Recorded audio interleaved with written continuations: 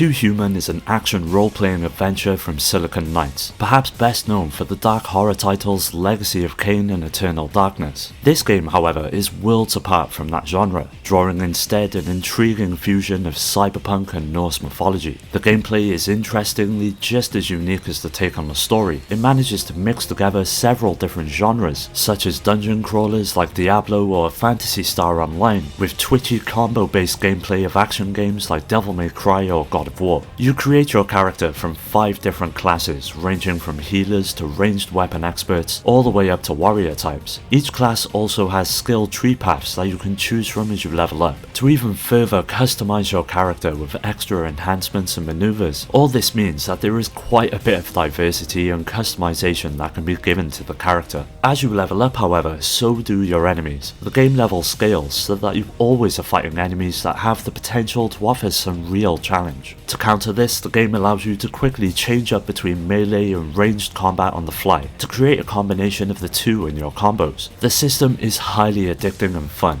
However, it's not without its faults. Ultimately, the control scheme favours large masses of enemies, so it can have some hiccups when there is that one specific enemy you want to target. Overall, Too Human is clearly not without its problems, but it's still worth playing through and would make a welcome addition to anyone's 360 collection. Splatterhouse is essentially a beat-em-up with a fixation on violence and gore. Starting out life in the arcades in 1988, the series would go on to receive several installments until Namco decided to fully reboot the series for the 360 and PlayStation 3. It does a nice job of having some variety without being overdone. That includes having a few spots that pay homage to the old games, with several sections of 2D side-scrolling gameplay with some platforming aspects popping up sporadically to avoid any monotony that many beat-em-ups have issues with. The core gameplay is also very enjoyable, as it plays without any real control issue, and it serves to have a broad enough moveset that it doesn't get hopelessly repetitive. A nice addition is what can be best described as fatalities to perform on any enemy. It allows you to send them off in a bloody fashion and contributes to your character earning new skills, as well as refilling a blood meter which allows you to perform a wide range of special moves. It is great to be so handsomely rewarded for being as gruesome as possible. It isn't something for the faint of heart to witness. If you're a bit squeamish, this game is not for you. It is absolutely brutal. The graphics have held up well and add to the atmosphere of the game immensely, as they should. Some might say that the vast bloodshed is over the top, but it's part of the game's appeal. When it's not being goofy with the blood, it's a very unique sight to see how corrupted the world has become due to the events in the game affecting each area. The enemies look great, with their creepy designs and unrelenting attacks that light up the screen in style. Overall, Namco went all out when it came to reviving this forgotten franchise, and despite a few minor flaws, it still manages to become a game that well and truly deserves anyone's time, as long as you've got the stomach for it.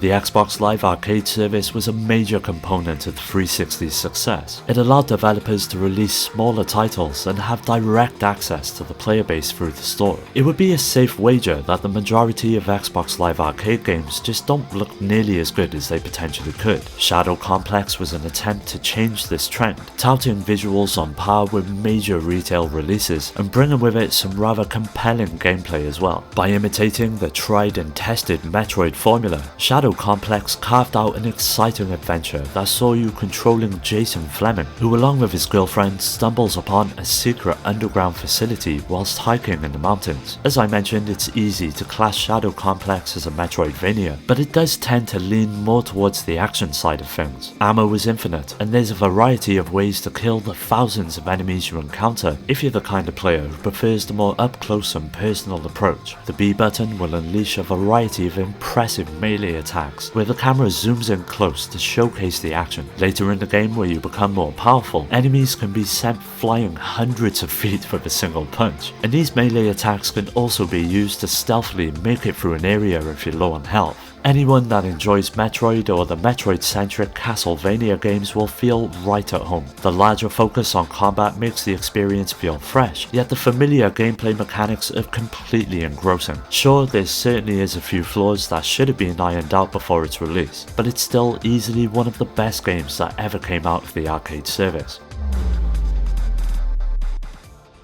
Given the types of games Ninja Blade takes its inspiration from, or blatantly rips off depending on how you want to look at it, it should be no surprise that the story is a little wacky. Just like Devil May Cry, the whole thing oozes that sort of insanity that only seems to come out of Japan, which makes it quite entertaining in a so bad it's good kind of way. Now it all takes place in Tokyo, where a plague of parasitic worms have been unleashed. These worms are able to take over their host bodies and transform them into hideous mutant monsters. A group of katana-wielding ninja warriors swoop in via aeroplane and begin to fight off the mutated populace. Among them is the main character Ken, a shameless Ninja Gaiden knockoff who just so happens to be pretty good at slaying monsters. When it comes to gameplay, it is fantastic, and From Software did a great job in covering the basics. The melee combat is fast-paced and every bit as smooth as you'll find in Devil May Cry, with a whole selection of weapons, including a standard katana and a giant two-handed sword, which all have their own unique feel. Of course, you can pull off a range of combos with each of them, and what makes it even better is that you can switch between them on the fly, which really helps the player get creative. In addition to a few special attacks, including a giant shuriken, Ken's elite ninja training has apparently granted him the ability to slow down time and see invisible enemies and projectiles. In a word, the combat can be summed up as mayhem. Now visually, Ninja Blade is a bit of a looker. The backdrop of downtown Tokyo, coupled with the flashy effects and inventive boss design, come together to create something memorable. The frame rate manages to keep up with the action as well, no matter how intense it seems to get. Although there may not be a single original idea in the whole game, From Software did a good job of making all those cobbled together elements work cohesively. Overall, Ninja Blade is a game any action fan would do well to check out.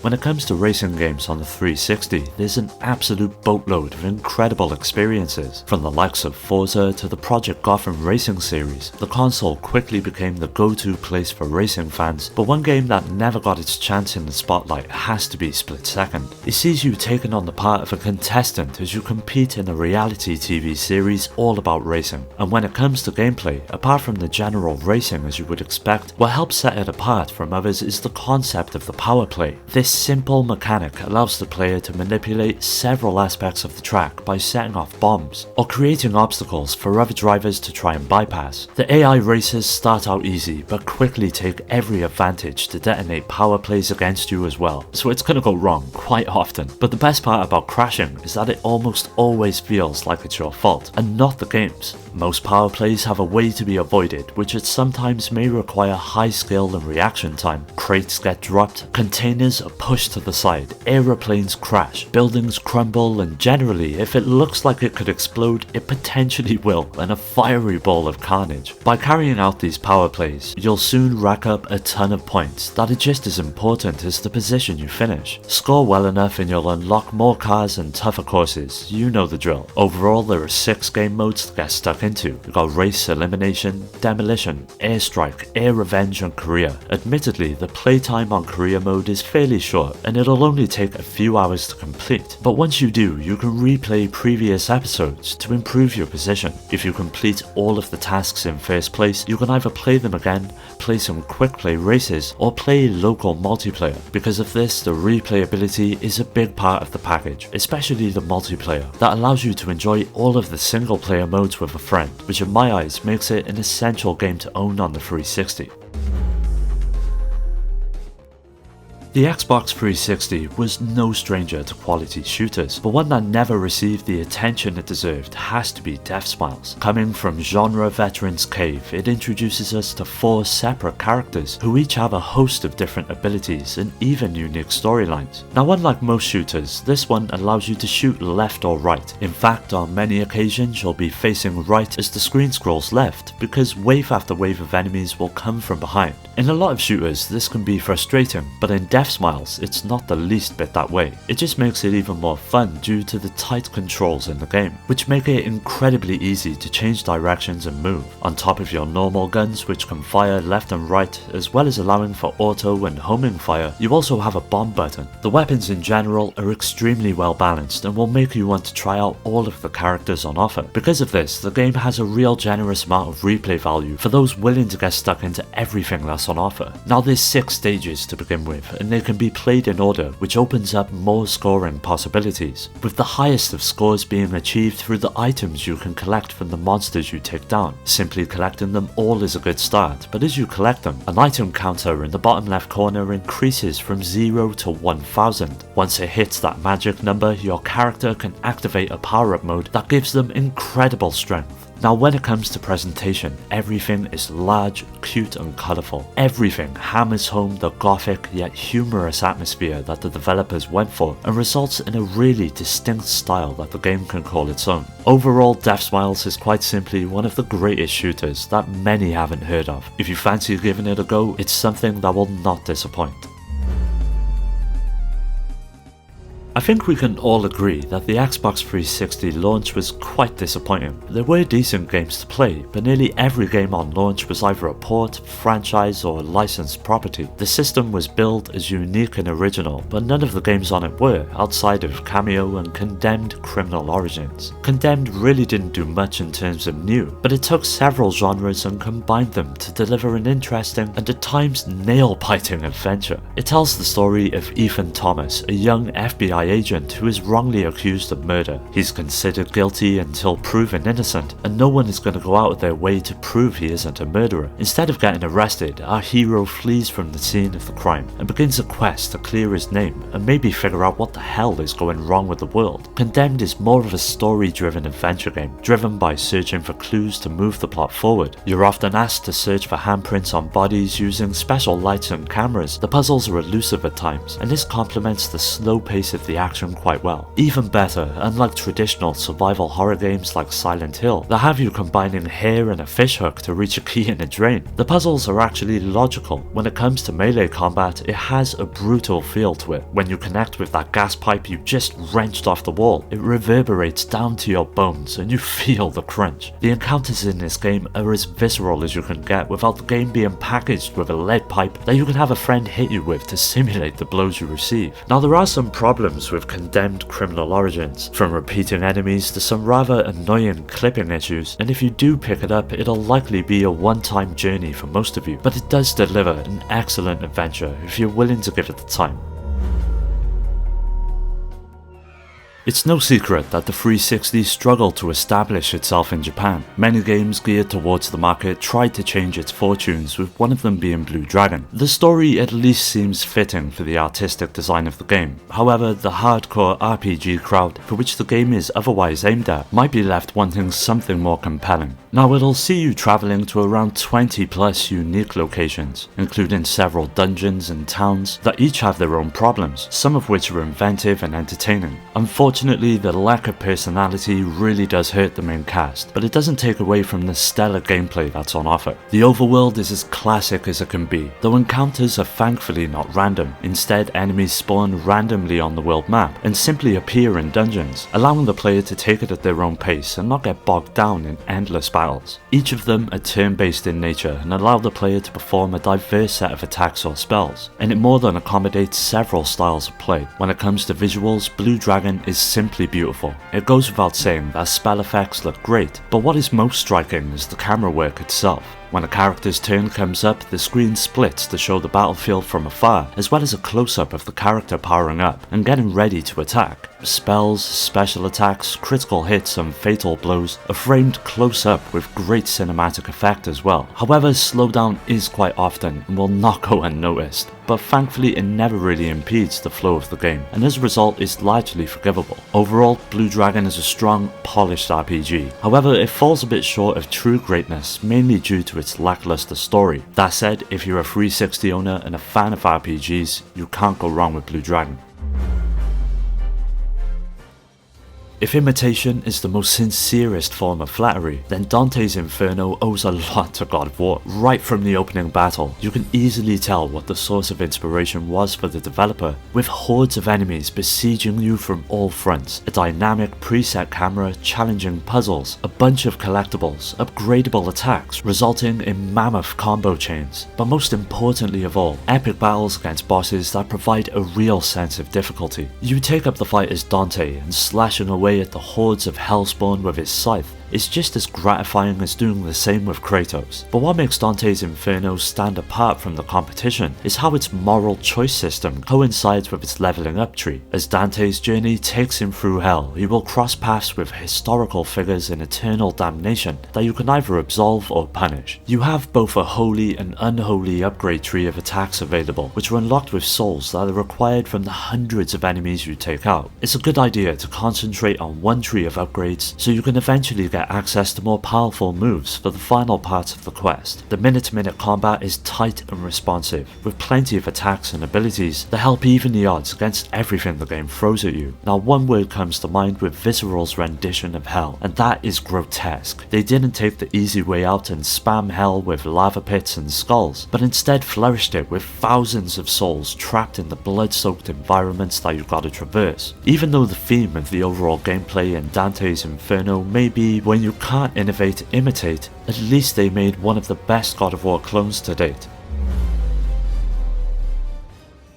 Infinite Undiscovery comes from the same minds behind the Star Ocean and Valkyrie profile games. It sees the player taking on the role of K-Pal, who ticks all of the usual cliché boxes but goes on to actually become quite a compelling character. Being an action RPG, enemies are encountered in real time on the world map. If you've ever played Final Fantasy XII or Star Ocean 3, think of it as a combination of those two battle systems, which sees K-Pal performing a number of attacks which correspond to button combinations. A simple quick or strong attack can be performed with A or B, and K-Pal can also knock enemies into the air or into the ground using combinations of the A and B button together. This has certain benefits in combat, such as yielding a higher amount of experience points. Of course, you also get to manage your party of characters as well, which all bring their own unique flavour to the table, with a whole host of skills and special attacks that make taking on enemies all the more enjoyable. A later development in the story adds a unique twist to the system, where you have to closely monitor your character's mood before they essentially become an enemy to the party. Unlike Confusion, allowing a character to transform is dangerous and can lead to a quick game over if you don't pay attention. This is one of my favourite aspects of the game. Now, the first 2 hours of the journey are played in a dark prison and a forest at night, so it's not until you really enter the first outdoor area in the daylight when you start to notice just how good looking this game is. The battle animations are fluid, with your skills and magic attacks being just as impressive, which adds a real weight to all of your actions in battle. By no means is it the best RPG on the system, but Infinite Undiscovery is well worth playing through once, so if you're a fan of the genre or are simply looking for something new to try out, it would make a solid entry in your collection. Well, that does it for today's video. Keep an eye out for part 2 as that will be coming up soon, so don't forget to subscribe and hit that bell to get notified. You can follow me on all of the socials to stay up to date, and also join our growing community on Discord to meet many like-minded gamers to continue the conversation with. I'd also like to give a special shout out to our Patreon supporters: Rhino, Skill Jim, Nano, Steve, Richard, Amy, Daniel, Quinn, Dio, Alex and Paddy J for their continued support that helps make these videos possible. If you're interested in joining my Discord or supporting the channel through Patreon, you'll find all of these links in the description. As always, thanks for taking the time to watch the video. I'll catch you next time.